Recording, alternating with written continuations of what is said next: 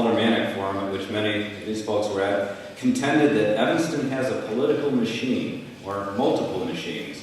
And a poster on our website today was saying that there's a relatively small group of insiders that's been running Evanston. So my question is that true? And if there's a machine, are you part of one? It's 100% true, and I'm not a part of one. My entire campaign is based on the idea that Evanstonians, regular Evanstonians, 75,000 Evanstonians, need to be represented by an independent voice and an independent perspective that doesn't owe any debts or obligations to anyone, isn't owned by anyone, and could never possibly be owned by anyone. I'm not a member of the club, but I think anyone who's been reading the papers, Bill Smith and Bob, excellent job, everybody, sees what's going on here. But the good news is, this election is about you, and it's about your choice and your vision of what you want in a mayor. And if ever there was a place where the people can decide on their own, but yes, Evanston has a baby machine. It's got a kind of a bit of a Chicago-style thing, but it's okay, because I have ample confidence that the people of Evanston will choose what's best for them. There's a lot of controversy because I've been endorsed by Congresswoman Jeanne. I'm very proud to have been endorsed by Jeanne. I've been endorsed by the Firemen's Union. I'm proud to have been endorsed by the Firemen's Union. The firemen risk their lives for us, and they do a terrific job. We have fire service within 4 minutes if you're in trouble, and you'll be very glad they come. I've been endorsed by Julie Hamos. I've been endorsed by State Senator Jeff Shumper. I've been endorsed by all but one of the city council members. I've been endorsed by the mayor. I've been endorsed by former Mayor Jay Lytle. I am proud of all those endorsements, and I'm going to tell you one reason that Congresswoman Schakowsky endorsed me. It's 20 years of working together. 20 years ago when she was new in Springfield and I was a new school board member, she would call from Springfield, from the House floor, and ask how a bill would impact Evanston High School. And we would get on a conference call with the director of finance for the schools, Jerry Leaforth, and I, and we would punch calculators and figure out the impact of the bill she was about to vote on the high school and then on District 65. Jan and I have worked together for a long time. Julie and I have served on Julie's Hamos' scholarship committee. She should be commended because she does not appoint scholars for political appointments. She has a committee that makes the decisions, and we read all sorts of scholarship applications of applicants she didn't know. She didn't give the scholarship to her campaign manager. Julie did the right thing. So I have worked very hard and very long in this community. I am not brand new to this community, and I have worked in civic affairs for a long time. And I would like to be your mayor. I would like you to endorse me just the way that Jan Schakowsky and all the others have, and your endorsement is more important because there are more of you. There have been a variety of machines over the 30 years that I've been in Evanston. They changed, I think, with the decade.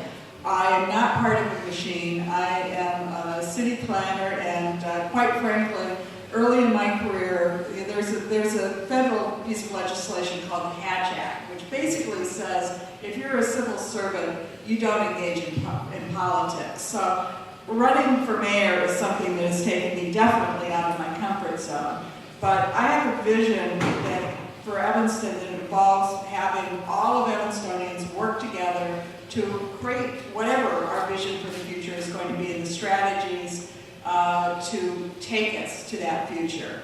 And the only, you need to have a mayor leading that effort. You know, it can't be an alderman, it can't be just an interested citizen, or even one of the many groups of citizens. And for that reason, I've chosen to, again, take myself out of my comfort zone, collect the signatures, meet with the people, go door to door, stand on the L platforms, the Metro platforms like all of the other candidates have done, because that is really, somebody needs to be the leadership, the leader of this process. And because of my background in strategic planning, because that's what I do for my day job, that's why I'm running, and I'm not part of the machine. Nor am I. I haven't been endorsed by anyone. Unlike Ms. Tisdahl, I have not contributed many thousands of dollars in the last decade to many of the politicians that currently serve us.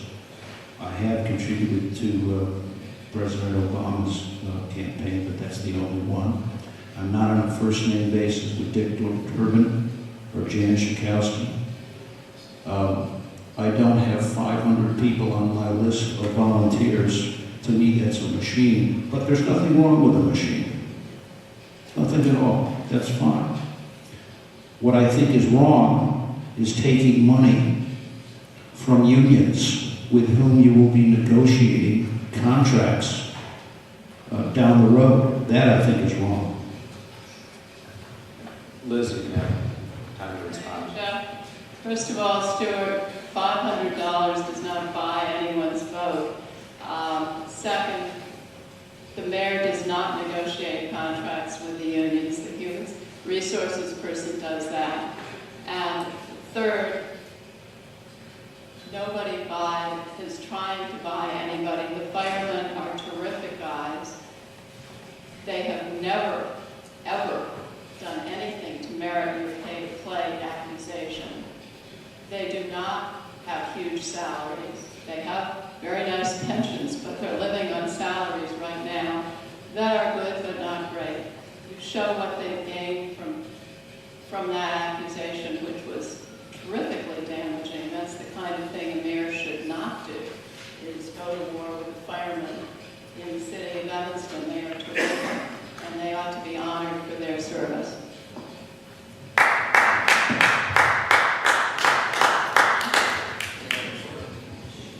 You can have 30 seconds to respond.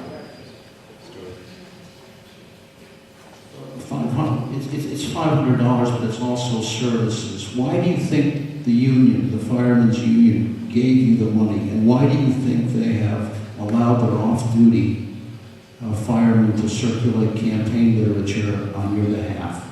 I'll tell The you. fact is that you, as a city alderman, are going to be asked to sign off on whatever contract was negotiated with the negotiating team. I will tell you why they endorsed my candidacy, because when I was first appointed by Mayor Lorraine Morton, the firemen and the policemen also came to me, and they said, Liz, there's a problem with our pensions. At that point, I went to the then finance director, Bill Stafford, and said, Bill, what's the deal? And he said, Liz, you can't touch it because the police have sued the city on the issue of the pensions, so while the suit is pending, you can't go into it. Several years later, when the suit was finished and the city had won, the police and firemen came back to me and said, Liz, there's a problem with our pensions. And I listened to them. And I went to the then director of finance, Matt Brady, and he said, yes, there is a problem. And I made a reference to the Administration and Public Works Committee and said that we had to have a full discussion of the pension situation. I listened to the policemen and I listened to the firemen, and what they had told me was correct. The actuary was predicting that police and firemen would retire in their 60s and die shortly thereafter. Instead, they were retiring